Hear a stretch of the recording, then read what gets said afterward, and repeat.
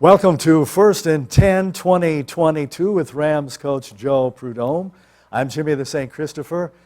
Well, the big game is almost here. We've waited months for this opening day 2022. It's the Global Classical.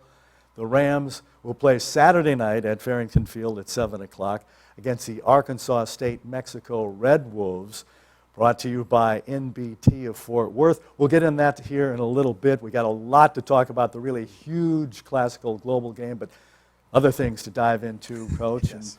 First of all, Saturday night was a scrimmage against Southwestern. How did that look, and what did you see that you liked, and what do you want to see improved? The things I saw that I liked was we had decent intensity coming out. We were sound for the most part in our assignments. We looked pretty good. We just lacked a little bit extra that I wanted to see. Technically, we were pretty good. Fundamentally, we were pretty good. We got to play 120, I think it was 128 kids in that game, so that was really good. We played our regulars through the situational period, and then we played a lot of reserves through the 2 quarters and actual 4 quarters. We ended up doing that, playing a lot of kids. We just got to get a little bit sharper. We were able to see some things that we can improve on, which every week you do. But it's just a few fundamental things that I think will make us a lot better. Who has stood out, not only in the scrimmage the other night, but throughout the preseason and practice? Who stood out on both sides of the ball? Ty Williams has been outstanding. He's finally healthy. He had a tremendous summer. He was a guy that, as they're running sprints, as they're doing their conditioning, he was always pushing. And he's got an extra burst now he didn't have before. He was always really good, but man, he's got separation speed now and looks great.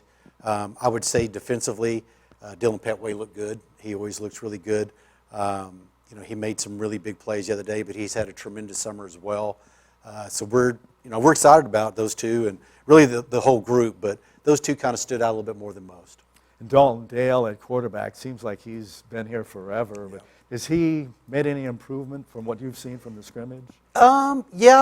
Yes and yes. The only problem with Dale is that sometimes he's a little bit like Johnny Manziel in that he'll do things or attempt things that are like really, really hard to do, but he gets away with it a lot of the time. He's been putting off a strong push from Carson Rogers. Those two have been neck and neck, and Rogers was starting there for a little bit, then Dale came back and got him. So they've really made each other better in that quarterback race. Carson has taken some huge leaps as a quarterback, and Dale has always been really good, but he's really starting to even do some of the finer points a little bit better than he did before. It's going to be who can protect the football, who can lead us down the field, who makes the routine play. Spectacular plays, you get one, then you have 3 bad plays because you keep trying to be spectacular. But, both of those guys have been real solid at quarterback. A lot of new faces, as there usually is every year. How about the offensive line? What do they look like? Really, they look old. I mean, you talk about new guys. I mean, there's a lot of old guys there, which is great. Bonner's had a great summer, and he's in the best shape he's been in since his freshman year. Mikey Williams looks great. All of them. Caden Glasgow looks good. Peter Savota's better. That last year was his first year to play offensive line. He was always playing defense, and we moved him over. He's got another year under his belt. You can just go down the line of all of them. John Nelson's had a really strong campaign. We got more depth. We really did a great job recruiting, and some of those young guys that came back, they're now older and they're better. So the offensive line is a strength for us right now. And tell us about your new running backs coach, Renault Jean-Marie. He's been with us for a year. He came to us from Miami last year. Really outstanding coach, has a good handle, good demeanor with the guys, and is getting the most out of them. A lot of attention to detail, and he's doing a real good job for us. And how about at running back? What kind of depth is there? It's real good depth. You got Nick David West, freshman from last year. You got Ernest Caesar, really electric running back from last year. You got Devontae Green, who's a transfer that's come in. He's really a good, strong candidate. You got Jakeem Patrick, who came in, played at Air Force in Prairie View. He's from the Dallas area. You want to come back here, and so that group there is really outstanding, really outstanding. You lost Collier Ricks at wide receiver, but good depth on. Oh yeah, our that side, depth, too.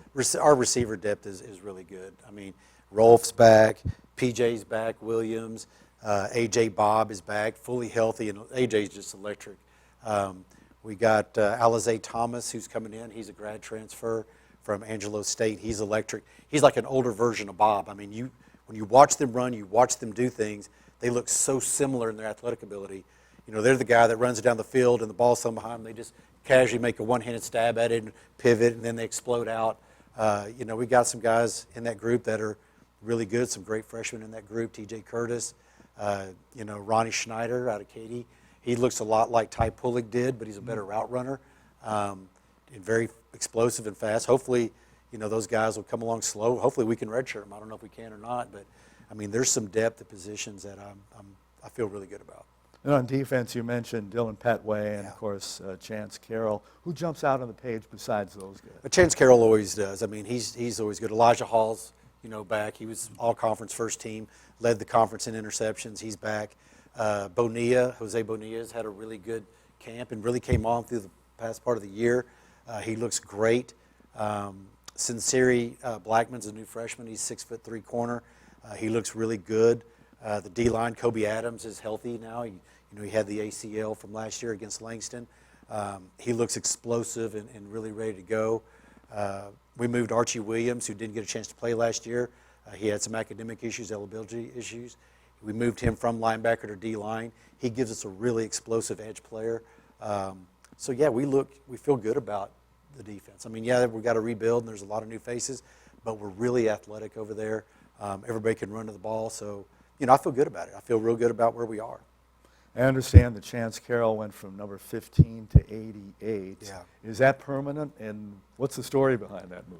He played in that number some years back. It's also a tribute to one of his, one of his teammates from the past. He, to me, it's fine. He wants to do it.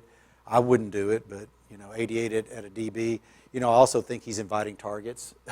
He wants the ball thrown his way, which I kind of understand a little bit. But Chance is he's a veteran. He's earned his spurs, and I allow the number change. So we'll just see how it works out. How much of a strength is the secondary? Secondary's good. I mean, they're very athletic. We're really athletic on the secondary. In the secondary, we're longer. We have more length than we've had back there in the past, and we're a little bit faster than we have been. We're going to miss Tyreek. We're going to miss Damian. Those guys that graduated, it's going to hurt. But, we're trading experience for potential and athletic ability, and those guys are starting to really come along. How about the kicking game? Is it all Gregory Blazers No. this year? No, Greg Blazer is going to be doing the punting. Trejo took a PWO to University of Texas. He's going to be competing in a big group. Castillo left. Francisco left, went to Southwest Oklahoma State, but he came back. He did not like it there, and it's a better fit for him here in Fort Worth. But we signed Armando Benitez, who was the kicker at Duncanville. And in the scrimmage the other night, he hit a 49-yarder. So that's into the wind. It was a really good kick. So he's got a strong leg. He's done it in front of thousands of people. He doesn't get rattled about anything. We got him kind of late. We also got Garrett Blodgett came to us also from DeSoto in Mansfield area. He's a really good kicker. So actually our place kicking is going to be as good, if not better, this year than it was last year. Punting, depending upon what Blazer can do, and because Trejo was special. I mean, he had a big, big leg and could really bang it. But we feel good about our special teams. And we got great coverage units coming back, so I feel great about that. We're going to be faster, I think a little bit faster than we were last year, and we were fast last year on special teams. A.J. Bob's coming back as a returner, so that's big. He's special. Zoo or Alizé is going to be back there as well. Ernie's going to get his chance to do some of it. It's a very explosive group, so I'm excited about that. And Ryan Leitchus, who played for us a few years back, has taken over for Coach McLean in the special teams coordinator role and defensive line role. Jordan Higgins has come on. He's going to be our O-line coach. He was a student coach last year. Andy Townsend left, went on to the USFL, and Tony's going to the XFL. So we had a couple of our coaches leave and land pro jobs. So that's, all the power to him. I'm proud of that. That's a really good thing. So, but those guys coming in have been in the system. They're alumni of the program. They know what it takes. They understand how our program works and how the school works. So those are real positives for us overall. Another positive was last season, you guys were 7-3, and that won you an award in January. Tell us about that. Yeah, I was nominated and voted on for the AFC, American Football Coaches Association. I was a regional finalist. There was 5 of us in the country that got that. And from that group of 5, one of us was named the National Coach of the Year, and that ended up being the coach from Morningside, who's outstanding. But it was an honor that I did not see coming. I'm extremely proud of, because it was a recognition from all the other coaches vote on it. And that's a huge award. There's 99 football programs, and to be one of the 5 in that naming, that's a real credit to our coaching staff, to our players, to the entire program, the school, to get that award, because that's a big time national award, and I was very proud. Matter of fact, when they first told me about it, I thought it was a mistake. I thought it was that I was a nominee or something. I did not believe it was me, because I just didn't see that coming. But that's one that's one of the biggest awards I've won, and I've been very fortunate in my career in that area. So it's that was huge. And with the award for head coach Joe Prud'homme, the Rams shot up in the SAC, the Sooner Athletic Conference rankings, to number 2 this season. You got some national votes too. How much more pressure is there now that you've risen in the rankings? I don't know. I don't see it as pressure. I see it as expectations. That we're older, we're more experienced. We've kind of got a been there, done it demeanor about us. But yeah, there's always pressure in every game that you play, and there's always pressure to want to do well. Expectations are up, and if you're able to meet those expectations, it's just a natural progression for the program and to continue to get better. But yeah, I feel the pressure every day when I come to work. I mean, I just do. And we've got a really difficult schedule starting out. Of our schedule, we have the Global Classico, which is going to be very highly attended, I believe. Then we got to go out to ACU, who's I think they're 19 or 20 in the country, even though they're ranked below us in the Sooner Athletic Conference. Somehow they got nationally ranked ahead of us. And then we have OPSU, who's always tough game. They come to us. And then we got Ottawa. So, you got 2 nationally ranked opponents out of your first 3 conference games. So if we can come out of the gate strong and really, put ourselves in a great spot, I mean, I'm excited about where that is. But it puts a lot of chips on the table early for us, but we're ready for it. I mean, it's just a matter of our preparation. We've been looking. We know what's on the schedule. We've been knowing what's on the schedule. Just a matter of going and putting in great game plans and executing. And that excitement has been building since, back in the spring for the Global Classical, brought to you by NBT of Fort Worth. It's Saturday night, Farrington Field, 7 p.m., the Red Wolves of Arkansas State, Mexico, against the Texas Wesleyan Rams, coached by award-winning coach Joe Prud'homme. Yeah. It's going to be fun, festivities, a concert, food, giveaways, starting at 5 o'clock with all that, and then kick off at 7. How did all this come about, Coach? Basically it was, we were going to play them 2 years ago, and they had just started out. Patrick Steenberg, who's a friend of mine who runs the global football stuff, and does all those games, like when you see when Notre Dame goes to Ireland, he helps with all that, and he's a Notre Dame guy himself. He always tried to get me to go when I was at Nolan to go, and you need to travel and whatever, and I was always of the mindset, if I'm outside of Tarrant County, I did travel. If I'm going to Dallas County, I'm going to county, then I did it. But, he'd stayed in touch, and he contacted me and said, I've got this team, they're a newer program, they really want to come to the United States and play. And I said, okay, well, I'm interested. Let's pursue and see. COVID hit. The world froze over for 2 years.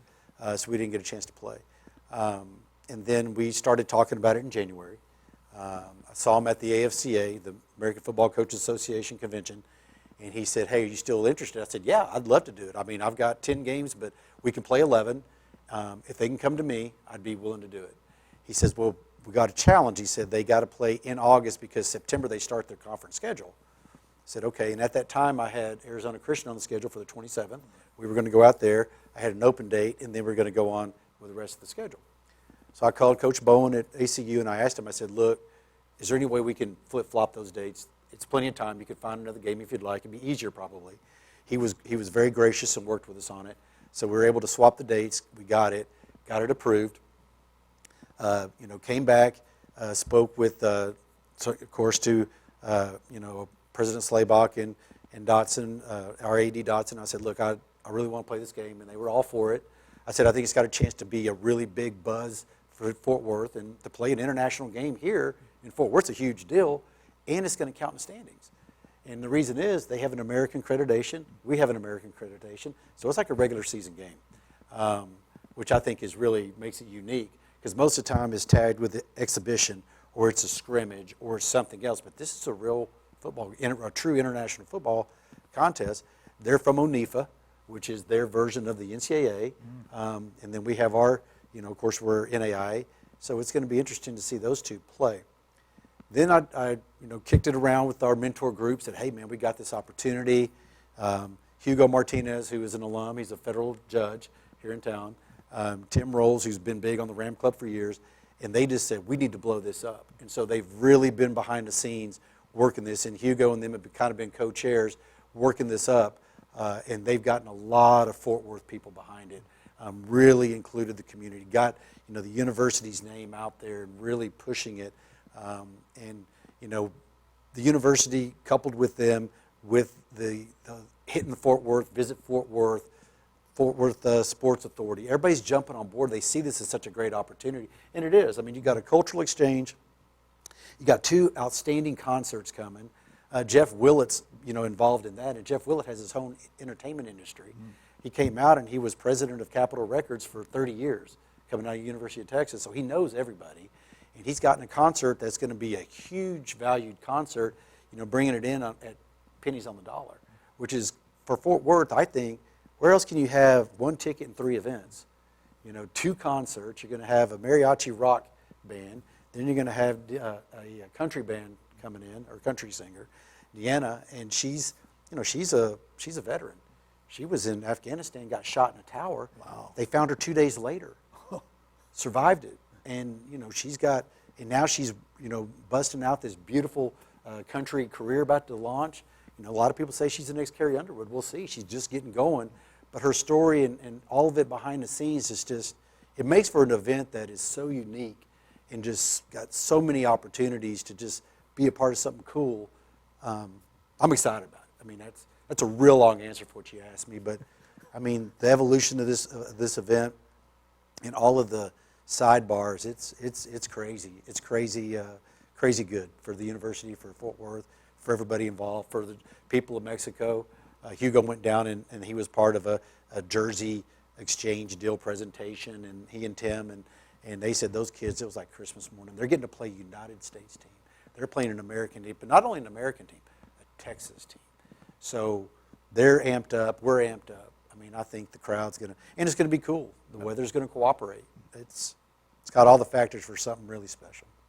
Yeah, the community, Fort Worth community, and soon to be the Metroplex, if it hasn't already, has been on buzz since, as we mentioned, back in April. And then the media day in May, which was fabulous. They had the flamenco dancers there, and as you mentioned, there'll be mariachi bands. And it's a great chance to celebrate the Hispanic community of Fort Worth and of North Texas as well. Yes, and Texas Wesleyan is Hispanic serving university.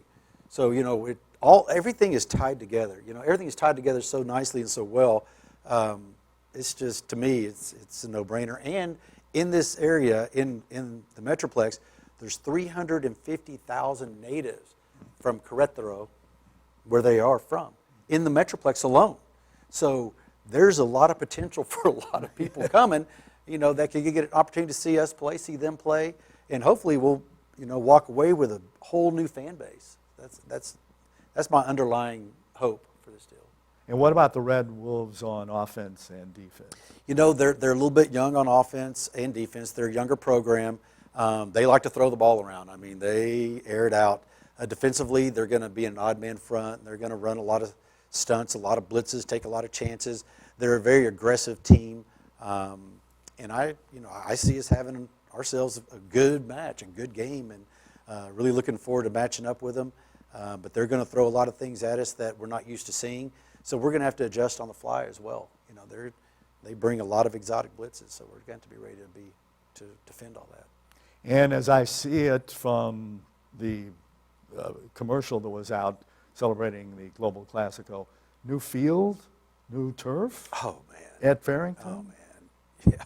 Boy, that got me excited. I'm going to tell you're you, jacked up I'm going to about tell that, you, too. Fort Worth ISD did it right.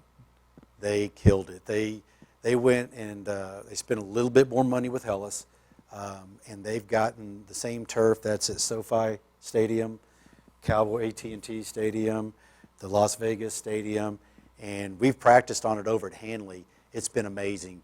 You know, we're on that turf, and usually by the time it hits 95, 100 degrees, you're just baking on it because it's the old plastic, rubber ground up. Oh no, they got a geotherm infill. It doesn't even get in your shoes. It feels better on your feet. It's cooler filled. It's just our guys we're not having the fatigue issues that we had before. We had them when we practiced over there before when they had the older turf and all the plastic or all the ground up rubber, and it was like a magnet for the heat. It's awesome, and it's beautiful the way they lined it out. I hate red as a color. I just don't like red. Yeah, I never I have. don't like I've red always either. been Navy. I've always been Royal my whole life. I was green for a time, my very beginning. But they got the red on that field, and it pops. They got the state of Texas in the middle with a Fort Worth. Oh, my hat's off to Fort Worth ISD on their field and what they did. They did a great job. And, unfortunately, we're not able to have our field yet, but we still have to drive. But at least we're driving to the best turf there is in the world. Yeah. And it's outstanding. I mean, just the leg, you don't have the fatigue issues that we always had. And those guys come off field, they go, Coach, this is nice. Nobody's emptying their shoes with all the pebbles, and because that stuff stays. It's crazy. It's good stuff. Yeah, when I saw the promo, I was going, that's Farrington? And it is. It's funny what a new carpet will do for you. But Yeah, and I think they redid the locker rooms, too. I haven't been in the locker rooms Did yet. they? I think they redid the locker rooms. They upgraded them. I think they've been doing renovation over there. And, for Dean Pritchett and all those guys over there, man, they've done a great job. I'm impressed. I've been very impressed with what they've done. And, man, I can't wait to see the new locker rooms. I haven't even seen them yet. I'll see them this week at walkthrough, so we'll see. We have another event with the other team. On Friday night, we're going to one of our big-time Ram Club members, and the two teams are going to eat together, and it's going to be catered by Texas de Brazil, and they're going to have a band. They got a stage set up. It's going to be a fun event. It's going to be like a bowl atmosphere. There really is, and apparently they got swag for the kids and things of that nature, so it should be a lot of fun. And that's on Friday night? That's Friday night, and then next day we line up and start trying to beat each other up. But Friday night we're going to have them all mixed up so the kids can have a really nice cultural exchange. And what's cool about their school is they have to be bilingual, and the courses they're taking, man, they're pre-med, pre-business. They got engineering. It's a very high-level academic school, and so I think them sitting down and our guys getting a chance to visit, it'll be great for everybody involved. And that to me could be the highlight of the entire event. Yes, there's a lot of pomp, there's a lot of circus, there's a lot of entertainment, but for those guys to get an opportunity to sit, mingle, and meet, and hang out, and get to meet with a team from another country, I just think that's an amazing opportunity. And the fun will start Saturday night at 5 o'clock with the festivities. There'll be the concert giveaways, food in the Ram Zone, and the Ram Walk 15 minutes before the kick. Tickets online now through GoFan, and game day it'll be the East Ticket booth at Farrington Field. That's on Saturday, 7 o'clock kick. Saturday, festivities start at 5. Yeah, and they're going to have both national anthems sung by some Wow, really cool. high-level, musicians or I guess singers. I think Fort Worth Fire is doing I believe I'm right, are doing the presentation of the Mexican colors, and then the Fort Worth PD are doing the United States colors. So I think that's a really cool event for those two groups to lock up and to work together on it. Needless to say, I think Coach Joe's ready. I'm ready, but it doesn't really matter if I'm ready. If our kids are ready and everybody else is ready, and Well, you got to get them ready. You got to get them ready. So yeah, no, we've had a really good camp. We had a talent show last night to kick it off, and it was the best one they've had. So it's been a good run so far. I'm pumped too, Coach. I hope the Metroplex will be too as well. Brendan Snow and I will do play-by-play about 5 or 10 minutes before game time on Saturday night, maybe a little bit earlier, who knows. You'll be watching that on Texas Wesleyan Football, ramssports.net. For Coach Joe, a fired-up Coach Joe, Global Classical kickoff 7 o'clock on Saturday night from Farrington against the Arkansas State, Mexico Red Wolves, and the Texas Wesleyan Rams. It's going to be a good one. We'll see you there, and we'll talk to you next time on First and 10. For Coach Joe, Jimmy the St. Christopher saying, see ya. See you at the Classico.